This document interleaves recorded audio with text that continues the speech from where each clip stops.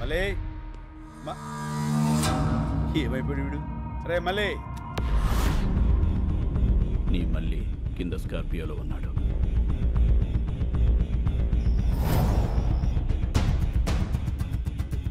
వాడితో పాటు వస్తావా? వాడిని వెతుక్కుంటూ వస్తావా?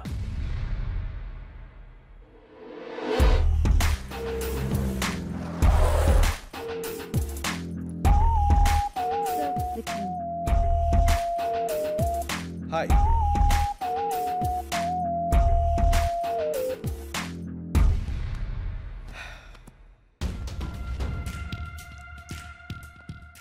శంకర్ 3 years వెయిట్ చేశా.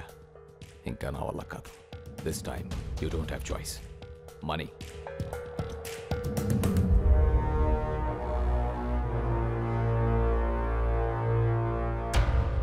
నీ ఓల్డ్ ఏజ్ హోమ్లో నీ మనుషులకి షేవ్ చేసేది నా వాళ్లే. చూసావుగా కత్తులు ఎక్కడున్నాయో? నేను చిన్న సిగ్నల్ ఇస్తే చాలు, ఒక్కడు కూడా పిగలాడు. ఇవనా? ఆగు, చెప్పు నీకేం కావాలి? ఫస్ట్ టైం శంకర్ నోట్లోంచి నీకేం కావాలని వచ్చింది. నీలో చాలా మార్పు వచ్చింది. గుడ్. సరే, నాకు కావాల్సింది చెప్తా. 1, మీ ఊరి వాళ్ళ 10 మంది వేలిముద్రలు. 2, లాయర్ దగ్గర కేసు వాపస్ తీసుకోవాలి.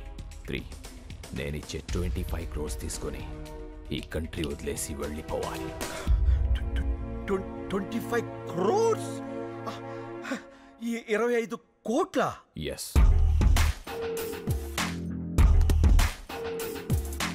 ఇవి 15 crores తీసుకో.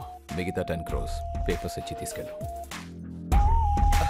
రే మళ్ళీ తెచ్చేరా బాక్స్. కార్పొరేట్ డబ్బులు తీసుకున్నాడు, ఏం చెప్పినా చేస్తాడు, ఏం చూపించినా చూస్తాడు అనుకుంటున్నావేమో. ఏదైనా నాకు నచ్చితేనే చేస్తా, నచ్చితేనే చూస్తా. కాదని బలవంతం చేస్తే కోస్తా. ఏ స్వీట్ వార్నింగ్. బాయ్.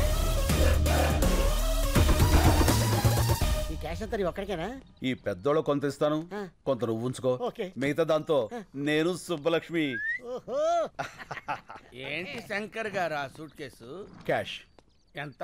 15 లక్షలా? కోట్లు. ఎవరిచ్చారు సార్? ఎవరైనా ఊరిని ఎత్తారేంటి? ఇప్పుడు 10 మందితో పడాలి మేము. వెళ్ళి ఆ శంకర్ ఊరోళ్ళు పిలువు. శంకర్ అంటే మీరే కదా సార్. అంత ఓవర్ యాక్షన్ ఎందుకు సార్? ఇక్కడ ఎవరూ లేరు, నిజాలు మాట్లాడుకోవచ్చు. ఎందుకులేండి సార్, సాటి నుంచి నాలాంటి ఏదో ఎవడన్నా విన్నాడంటే ఆడి జీవితం కూడా సంకనాగిపోద్ది. నా అలాగా ఏం పర్లా, వెళ్ళి ఆ 10 మందిని పిలువు. వీళ్ళంటే ఇలా ముస్తాబే వస్తున్నారు. ఏంటి శంకర్ బాబు, నువ్వు ఇంకా రెడీ కాలేదా? టైం అవుతుంది, మనమంతా క్లబ్కి వెళ్ళాలి కదా. ఈ వయసులో మీకు క్లబ్ ఏంటి? అయ్యో, క్లబ్ అంటే లయన్స్ క్లబ్. ఈ రోజు నీకు సన్మానం కదా. సన్మానాలు అవి నేను చేయించుకోను, నాకు ఇష్టం లేదు. అలా అనకు శంకరబాబు, సన్మానం కోసం కాకపోయినా వాళ్ళు ఇచ్చే 4 లక్షల కోసమైనా నువ్వు రావాలి. 4 లక్షల? కోట్లు కొట్టేసావు కదరా, లక్షల కోసం కక్కుర్తెందుకు? కోట్లు ఉన్నాయి కదా అని లక్షల్ని నెగ్లెక్ట్ చేయకూడదురా. ఏం మనసులో కూడా అనుకోకూడదా సార్? కూడదు. అలాగే, టైం అవుతుంది, సార్ రెడీ చేసుకో. అదండి. ఓ పదండి పదండి. ఏమైంది శంకర్ బాబు? అంతా నిలబడిపోయారు కదా, ఇంటికి వెళ్ళిపోవడానికి. షో అయిపోయినట్టుంది. ఇక్కడంతా నీ కోసమే ఎదురు చూస్తున్నారు కదా, నువ్వు వచ్చావని లేచా. నా కోసం ఎదురు చూస్తున్నా. ఇప్పుడు నువ్వు శంకర్, ఈ శంకర్ గారు ఒకడు నన్ను తగులుకున్నాడు.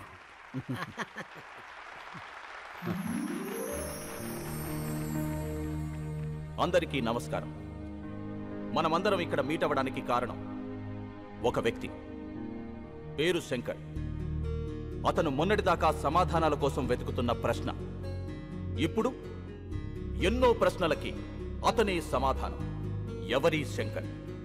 ఆయన గురించి తెలియని వారి కోసం ఈ ఏవి. రాయలసీమలోని ఓ మారుమూల గ్రామం నీరూరు.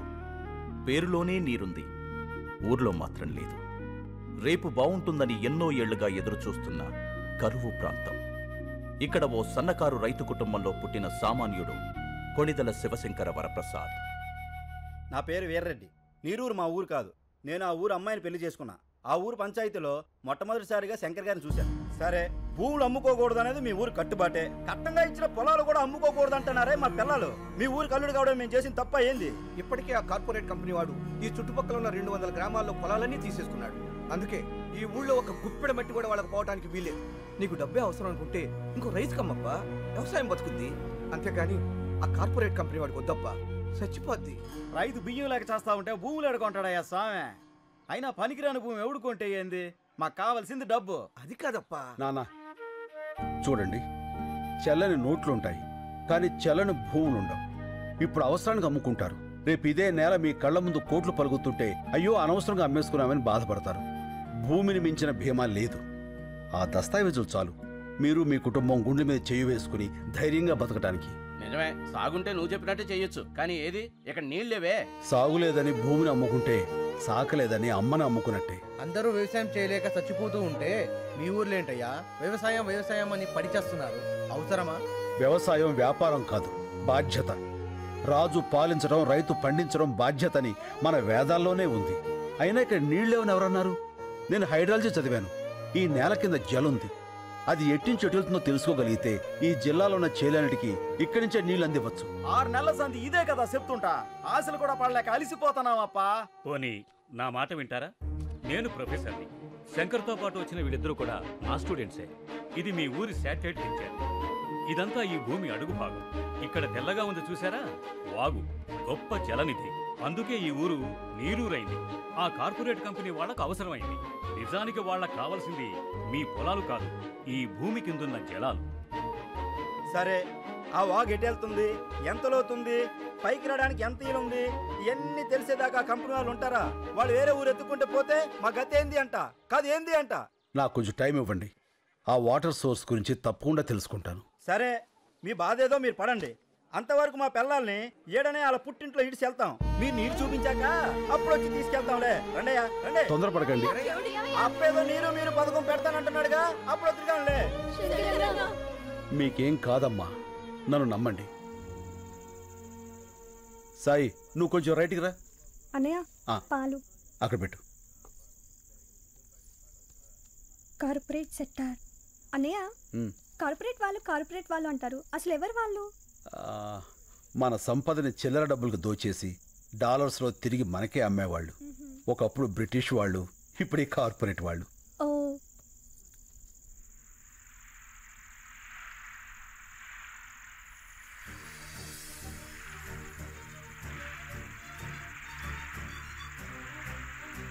అమ్మా హరిత, అన్నయ్య ఇట్రా. ఏంటన్నయ్య? ఇదొకసారి విను. నీళ్ళు.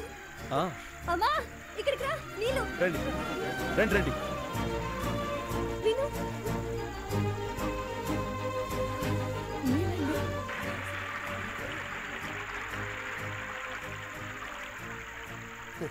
ఆ చైన్ ఎవరిది? మన భూపతనాయుడిది.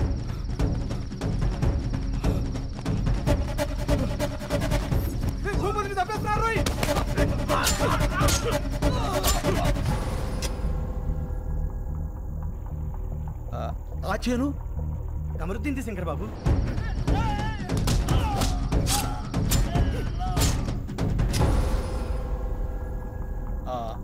అది నర్సిరెడ్డిది.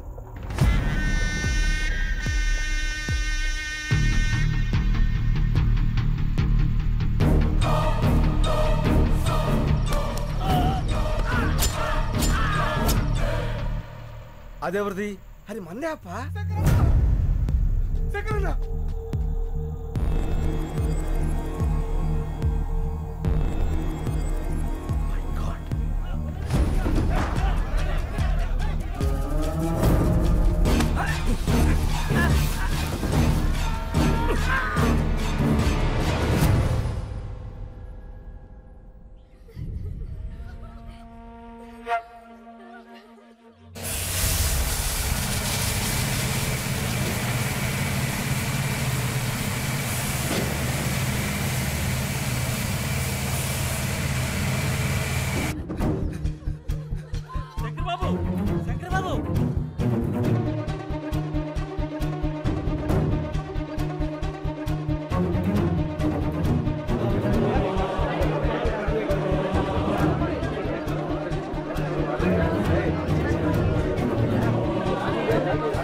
ఏం జరుగుతుంది ఇక్కడ? గేట్ చేయండి. ఎవరు మీరంతా? ఆ మాట అడగాల్సింది మేము. ఎవరు మీరంతా? మా భూములో మీ పనేంటి? కంపెనీ నుంచి మీకు ఏమైనా డబ్బులు రావాలా? రిజిస్ట్రేషన్ అప్పుడే బ్యాలెన్స్ క్లియర్ చేశారే, 3 నెలల తర్వాత వచ్చి మామంటారేంటి? డబ్బులేంటి, రిజిస్ట్రేషన్స్ ఏంటి, ఏం మాట్లాడుతున్నారు? మా భూములు మేము ఎవరికి అమ్మలేదు. జస్ట్ మినిట్ రాంబాబు, ఈ పొలాలకు సంబంధించిన డాక్యుమెంట్స్ జిరాక్స్ తీసుకురా.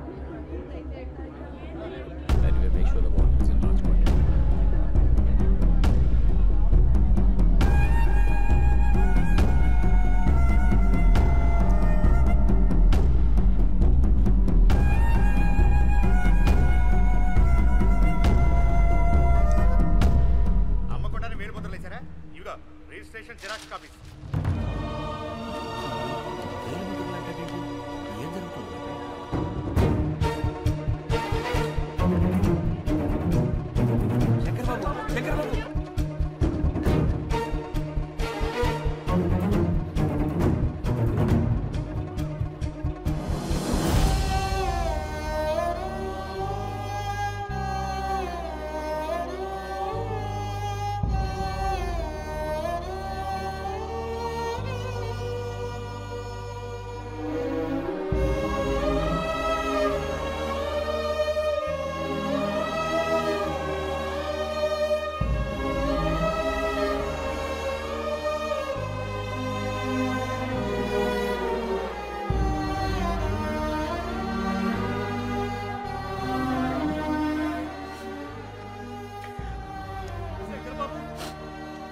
మీ ప్రొఫెసర్ స్నేహితులు కూడా మనల్ని మోసం చేశారు. వాళ్ళు వాళ్ళ మనుషులే. ఏంటిది శంకర్ బాబు, మనం ఇంకెవరిని నమ్మాలి? వీళ్ళెవరూ కాపురాలకు పుట్టలేదు, కార్పొరేట్ కంపెనీలకు పుట్టారు. ఎవరైనా అన్నం ముద్దలు తిని బతుకుతారు, వీళ్ళు శవాల వేలు ముద్దలు తిని బతుకుతున్నారు. వదిలిపెట్టాం. ఇంతమంది ప్రాణాలు తీసిన వీళ్ళెవరిని వదిలిపెట్టరు. దీనికోసం ఎంత దూరాన్ని వెళ్తా